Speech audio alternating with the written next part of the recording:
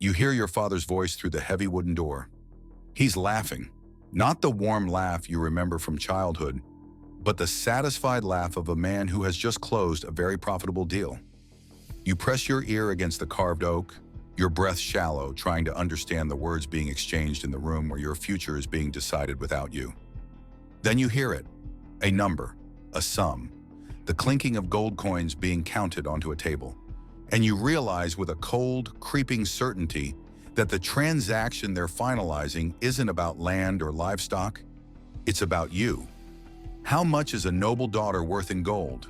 And what happens when you discover the answer?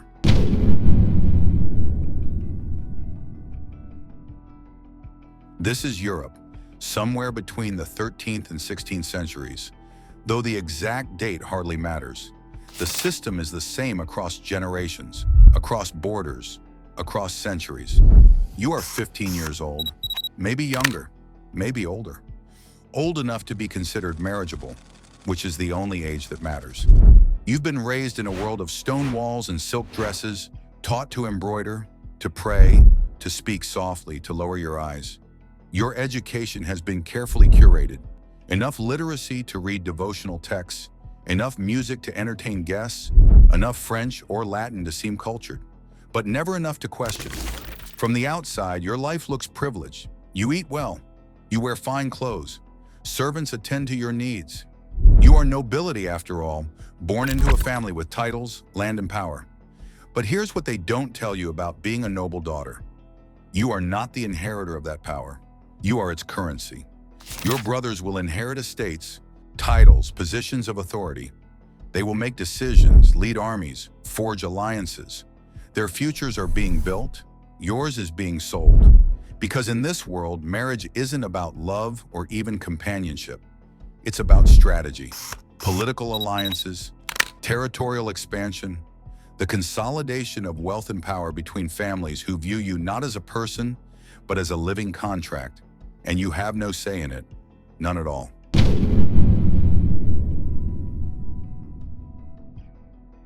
The negotiations began months ago, perhaps even years, long before you knew anything was happening. Your father and his advisors compiled what they call your value, not who you are, but what you're worth. Your dowry, the payment your family will make to your future husband's family, is carefully calculated. Gold, land, livestock, political favors, trading rights. Everything itemized, weighed, assessed. In some cases, your worth is measured in thousands of gold florins. In others, in strategic castle positions or access to trade routes. One noble daughter might be worth an alliance with the French crown. Another might secure a border dispute. You might be traded to end a war or to start one. The men negotiating your marriage have likely never asked you what you want. They haven't asked if you've ever imagined a different life, if you've ever looked out your window and wondered what exists beyond the territories your family controls. They haven't asked if you're afraid, if you understand what's happening, if you've even reached physical maturity. You are 13, 14, 15, and men twice or three times your age are drawing up contracts that will govern the rest of your existence. The groom might be someone you've never met. He might be kind or cruel, young or elderly, healthy or diseased. It doesn't matter. The alliance matters. The gold matters. The land matters. You don't. Sometimes you meet him once before the wedding, a brief formal introduction where you're displayed like a prize mare, assessed for your beauty, your bearing, your ability to produce heirs. You smile because you've been taught to smile. You curtsy because you've been taught to curtsy. And inside, some part of you is screaming, but you've also been taught not to scream. The contract is signed. The dowry is transferred. The gold changes hands. And just like that, your fate is sealed by men you may never see again, delivered into the hands of a man you don't know, for purposes that have nothing to do with your happiness or safety. The wedding will be elaborate, expensive, a public spectacle designed to celebrate the alliance, not the bride. And then you'll leave everything you've ever known.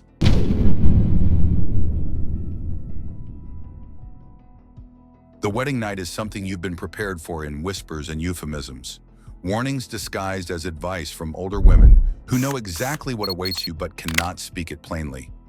You are expected to submit, to obey, to perform your duty. Your body is no longer yours. It belongs to your husband now, legally and completely. He can demand access to it whenever he wishes. Refusal isn't an option. The concept of marital consent doesn't exist. The church, the law, your own family, everyone agrees that a wife's body is her husband's property. And your primary function, the reason you were purchased, is to produce children. Male heirs, preferably, to continue his family line and secure the political alliance your marriage represents. You might become pregnant immediately. You might be 14 years old and pregnant, your body not fully developed, facing a process that kills countless women in childbirth. Maternal mortality is staggeringly high, but this too is considered your duty, your risk to bear. If you survive, you'll do it again and again, as many times as your husband demands and your body can endure. But the physical reality is only part of your new prison. You've been sent to a foreign land, perhaps to a country where you don't speak the language. Your letters home are read before they're sent, your movements are monitored, your household is staffed with your husband's people, loyal to him, not to you. You are completely isolated. The identity you had is being systematically erased. You're no longer called by your familiar name, but by his title. You're no longer part of your birth family's household, but his. Your culture, your language, your home, all of it is being replaced. And you're expected to be grateful. Because you're noble, remember? You're privileged. You have servants and fine dresses and enough to eat. What more could you possibly want? How about the freedom to choose, to leave, to say no? But those aren't things noble women are permitted to want. Some women find small rebellions. They form alliances with sympathetic servants. They maintain secret correspondences. They find moments of autonomy in managing household affairs or in the education of their children. Others retreat inward, becoming shadows in their own lives, performing their duties with mechanical precision while their spirits slowly calcify. And some resist. They refuse to submit quietly. They argue. They demand to be heard. They try to exert what little power they have, and they discover very quickly what happens to disobedient wives.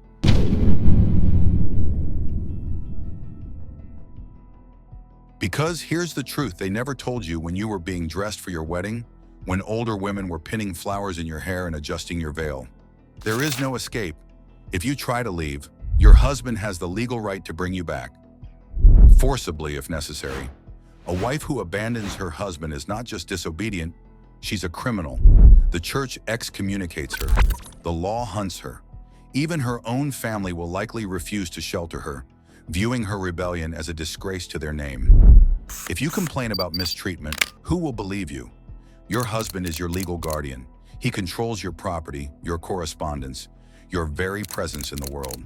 His word carries weight. Yours carries none. If he beats you, the law permits it. Moderate correction of a wife is considered a husband's right. And the definition of moderate is decided by men, not by the bruises on your skin. If he imprisons you in a remote estate, if he forbids you from seeing your children, if he takes mistresses while demanding your fidelity, if he humiliates you publicly, all of this is within his rights as your husband. You signed a contract after all, or rather, your father signed it for you. Some women are lucky. Their husbands are decent men who treat them with a degree of respect, who allow them some measure of autonomy within the rigid constraints of marriage. Partnership is possible, even affection, when you're bound to someone for life. But luck is a terrible thing to depend on when the alternative is legal slavery. And that's what this is, really. You were sold. Your consent was never required. Your labor, your body, your children, your very existence now belongs to someone else. The transaction was dressed up in ceremony and justified by religion and politics, but the fundamental reality remains unchanged. You are owned. The most devastating part is that everyone around you believes this is normal, natural, the way things should be, the way things have always been. Your own mother went through this, your grandmother, generations of women before you, sold and resold in an endless chain of transactions disguised as marriages. And when you have daughters, you'll watch it happen to them too.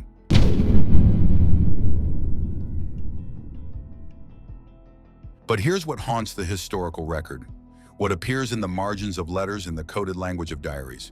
Some of them knew exactly what was happening. Not all noble daughters were naive children led unknowingly to slaughter. Some understood the transaction with perfect clarity. They watched their older sisters disappear into foreign courts. They heard the rumors about which husbands were cruel and which were merely indifferent. They knew what the word duty actually meant when applied to a wedding night, and they had to smile anyway.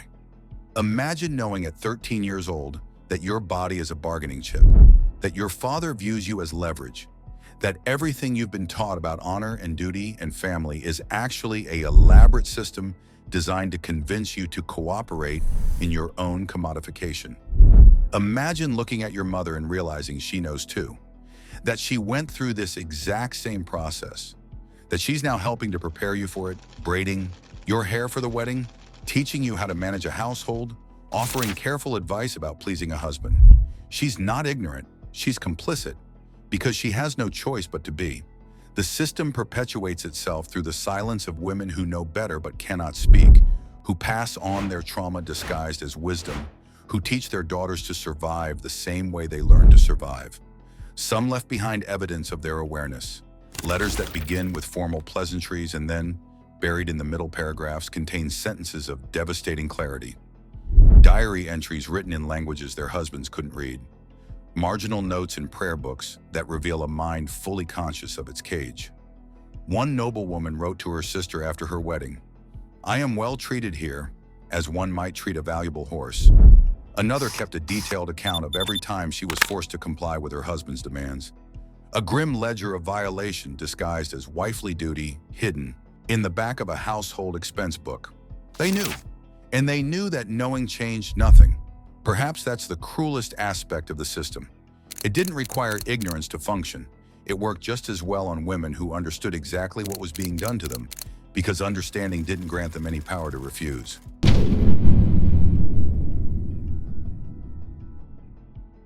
The system that treated noble women as political currency wasn't an aberration. It was the foundation of power for centuries. Every alliance between kingdoms, every peace treaty, every consolidation of wealth and territory was built on the bodies of daughters who had no choice. The grand sweep of European history, the rise and fall of dynasties, the expansion of empires, all of it facilitated by women who were valued in gold and land and strategic advantage. And here's the uncomfortable question. How different is the underlying logic from systems that still exist today? The specific mechanisms have changed, yes. Women in most societies now have legal rights, can own property, can divorce, can refuse marriages. But the fundamental idea that women's value lies in their utility to others, that their bodies and choices are subjects of public debate and control, that they exist primarily in relation to men, these ideas didn't disappear when dowries became unfashionable. They just evolved. The noble daughters sold for gold are long dead now. Their names appear in genealogies and historical records as footnotes, important only for who they married and what alliances they secured. Their inner lives, their dreams, their suffering, their small rebellions and quiet despair. Most of that is lost to history, but sometimes you can catch glimpses of it in letters that survive, carefully worded to pass scrutiny, in account books that record a young bride's age next to the sum paid for her, in paintings where you can see something behind the formal pose, a flicker of who she might have been if she'd been allowed to be anything other than a transaction. And you realize that every single one of them was a complete person, with thoughts and fears and desires that had nothing to do with political alliances or territorial expansion. They just lived in a world that didn't care. You hear your father's voice through the heavy wooden door. He's laughing. And the sound of gold. Coins being counted is the sound of your future being decided by men who will never ask what you want, because what you want has never mattered. It never will.